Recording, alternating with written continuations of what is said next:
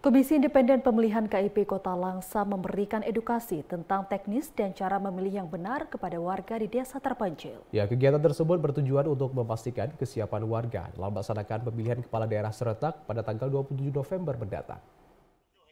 Komisi Independen Pemilihan KIP Kota Langsa memberikan edukasi tentang teknis dan cara memilih yang benar kepada warga desa terpencil di Gampung Telaga 7, Kecamatan Langsa Barat, Kota Langsa.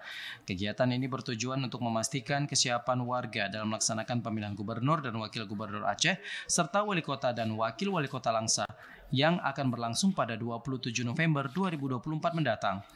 Ketua Divisi Sosialisasi Partisipasi Masyarakat dan STM KIP Kota Langsa, Fauzan Rizal, menyatakan pentingnya edukasi kepada masyarakat desa terpencil agar warga memahami cara memilih yang benar. Fauzan juga memastikan bahwa seluruh warga desa sudah terdaftar dalam daftar pemilih tetap atau DPT sehingga tidak ada warga yang terlewatkan dalam proses pemilihan.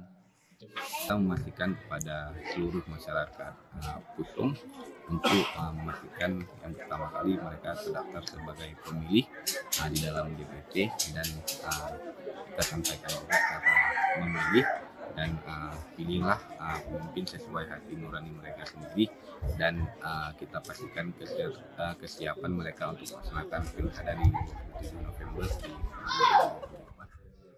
Fauzan menambahkan masyarakat desa Telaga 7 sebelumnya juga telah sukses melaksanakan pemilu 2024 tanpa kendala.